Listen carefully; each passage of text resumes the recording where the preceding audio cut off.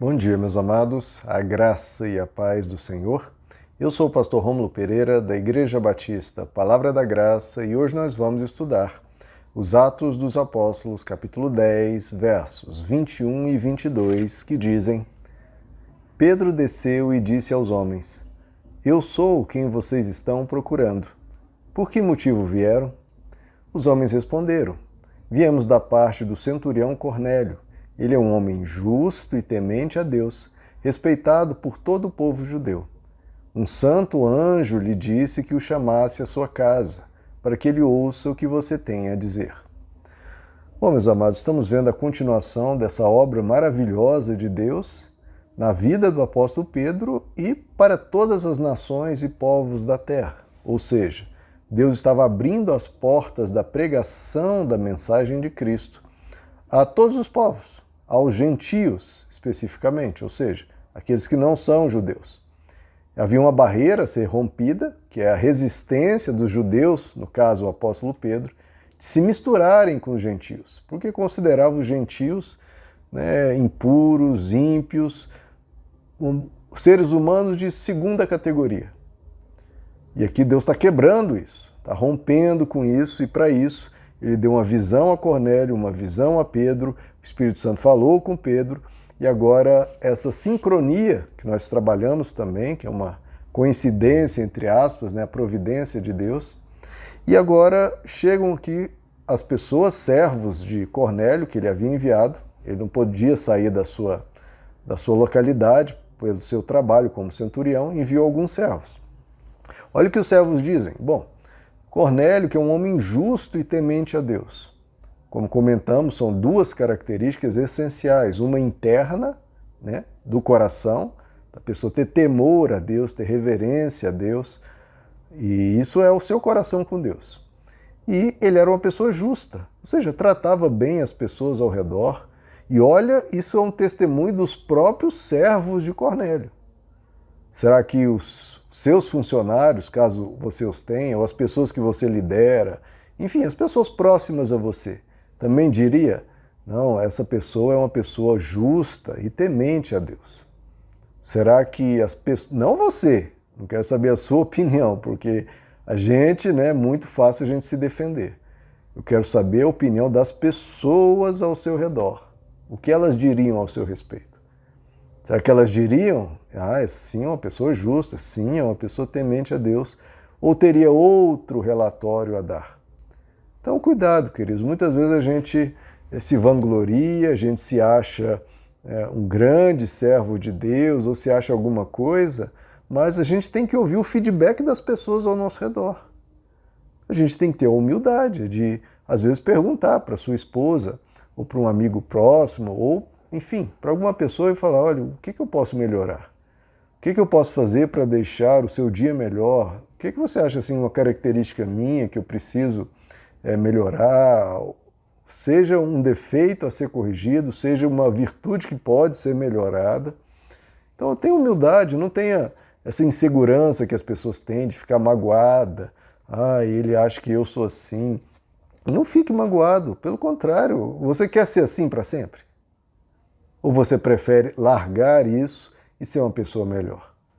Então, que a gente não viva de aparências, que a gente realmente seja transformado. Esse é o chamado do Evangelho. Nós sermos transformados. Para sermos transformados, primeiro a gente precisa saber que tem a doença. Primeiro a gente precisa do diagnóstico antes do remédio. Então, por favor, por isso que a Bíblia nos ensina, examine-se o homem a si mesmo. Se examine. E, se você às vezes não tem condição de enxergar, porque às vezes a gente não consegue, mas as pessoas ao redor sim, porque elas são afetadas. Elas que ficam incomodadas com determinadas falas ou atitudes nossas, ou jeitos nossos.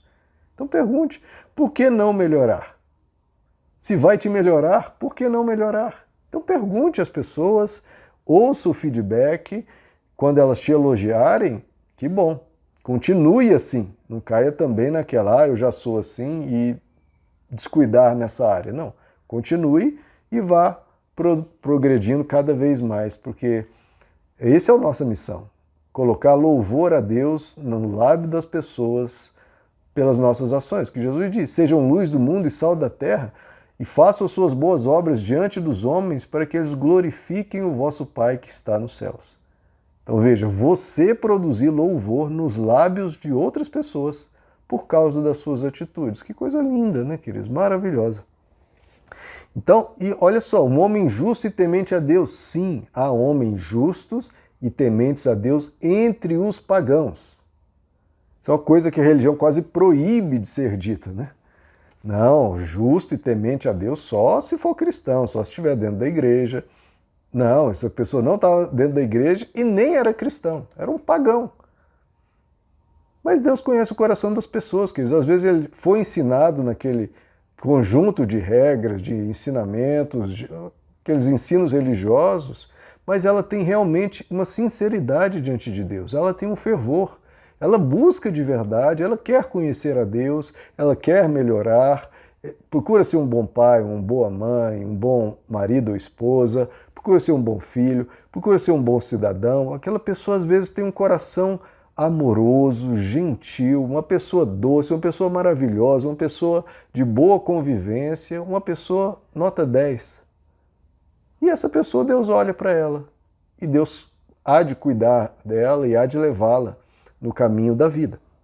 Então, há sim pessoas justas entre os pagãos, por favor, muitas vezes mais justas que muitos cristãos, inclusive um soldado. Um soldado aqui que não era um soldado, né, meramente desses da reserva ou que estão somente treinando, mas um soldado na ativa em meio a um local ocupado. Então veja que mesmo um guerreiro pode ser justo e temente a Deus. E veja, o apóstolo Pedro poderia ter até uma resistência, não apenas por ser um gentio, né, por ser um pagão, né, porque a concepção judaica é não se misture, né, senão você se contamina, senão você fica... Que até hoje muitos cristãos têm isso, né? Melhor não, porque senão eu posso me contaminar, posso... Que fé a pessoa tem, né?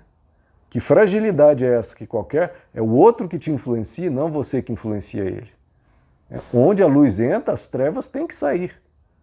A menos que a pessoa realmente tenha uma fragilidade na fé e ela precisa se fortalecer, né? Mas é uma vergonha, convenhamos. Agora, o apóstolo Pedro poderia ter uma resistência não apenas por ele ser um pagão, mas por ele ser um inimigo, por ele ser das tropas de ocupação. Ele era um romano, um soldado, um chefe dos soldados, que estava dominando o país de Pedro, estava tratando mal, sendo violento, não Cornélio, mas as tropas romanas com certeza, os governadores romanos. Então, o apóstolo Pedro teria uma resistência. Peraí, eu me associar a alguém das tropas de ocupação, aos inimigos? Eu vou na casa dele? Eu vou ser chamado um traidor da pátria, eu vou ser chamado um inimigo também, eu sou um cúmplice da violência romana, da exploração com altíssimos impostos, etc. Então, olha a resistência que Pedro poderia ter. E aí a gente tem que ter um cuidado. O nacionalismo, até um certo grau, é até bom. Agora, há que se ter um cuidado, porque nós não devemos colocar divisões entre os seres humanos, porque em Cristo Jesus não há diferença. Não há diferença entre judeu, grego, bárbaro, cita ou qualquer nação. Por favor, Deus não faz acepção de pessoas. Nós não devemos colocar barreiras para o contato humano. Claro que você não vai auxiliá-lo naquilo que ele talvez esteja fazendo em relação à ocupação, ao domínio romano. Isso não. Agora, pregar o evangelho, você tem que pregar o evangelho. Você só vai conseguir pregar o evangelho indo na casa da pessoa, se associando a ela. Então, um pastor, quando se aproxima da política e se mistura com aquela bagunça, é um problema. Agora, se ele vai lá para falar do evangelho ao político mais corrupto do mundo, esse é um dever dele. Ele precisa ir lá levar essa mensagem. Não se envolver com as maracutaias ou com aqueles erros. Mas ali ele tem que testemunhar. E, por favor, que a gente não deixe nenhuma separação de nacionalismos ou políticas nos atrapalhem a ver o ser humano do outro lado. Ver que ele pode estar cheio de enganos, cheio de problemas, mas nós também estávamos e ainda temos muitos enganos ainda hoje. Então, olha só, ele estava sendo chamado para evangelizar um pagão. E muitas vezes nós somos chamados a evangelizar os povos da terra, por exemplo, evangelizar os muçulmanos. E muitos cristãos fazem campanhas, né, para arrecadação de dinheiro, para o envio de missionários, etc.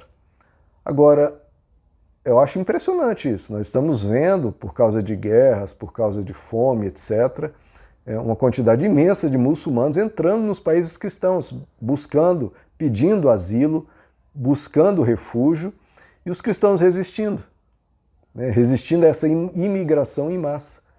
Os cristãos querem ir lá na terra deles, evangelizar, importunar eles lá, arrumar problemas e acabar sendo presos e mortos, né? Agora, tudo bem, se a pessoa procura fazer isso, ótimo, tendo lá os seus cuidados de não provocar iras desnecessárias. Agora, quando vem eles aos milhões para as terras cristãs, que a gente vai ter eles aqui perto, sem os problemas dos governantes deles, das leis deles, da Sharia, etc., vamos ter eles aqui e os cristãos resistem, com medo da islamização. Então, olha de novo a fragilidade da fé das pessoas. Em vez de aproveitar isso e pregar o Evangelho, mostrar para eles a liberdade em Cristo, a bondade em Cristo, a mansidão de Cristo. Nós sabemos que eles viveram sob regimes opressores, regimes ditatoriais, né, seja de governantes, seja da liderança religiosa, muito persecutória, muito rígida, extremamente opressiva.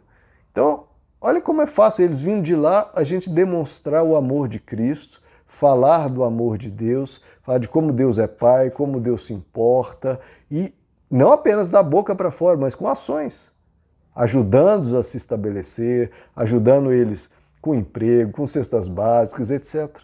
Esses imigrantes têm que ser recebidos de braços abertos, com os cuidados, claro, em relação a terroristas ou criminosos, etc. Mas eles precisam ser recebidos. São pessoas que estavam morrendo de fome. Ele e os filhos dele tomando tiro, com explosões ao redor deles. A gente vai recusar acolher um ser humano por causa da nossa proteção nacional ou por causa de discriminação religiosa. Isso é horroroso. Até parece que Jesus ia dizer, não, vocês aqui não entram. Nós temos que ser imitadores de Cristo, nós temos que acolher as pessoas e esse acolhimento vai ser a grande pregação. Não é o que você vai dizer, é esse acolhimento, esse olhar de bondade, esse olhar caridoso. Ah, mas eles não fariam por nós. Exatamente, porque nós somos cristãos, porque nós imitamos a Cristo. E se nós fizermos isso por eles, eles vão ver, poxa, eu não faria isso por ele, e ele está fazendo por mim. Então, o ensino dele, a religião dele, o Deus dele é superior ao meu ensino. Por quê? Ele está sendo mais bondoso, mais tolerante, mais compreensivo do que eu seria.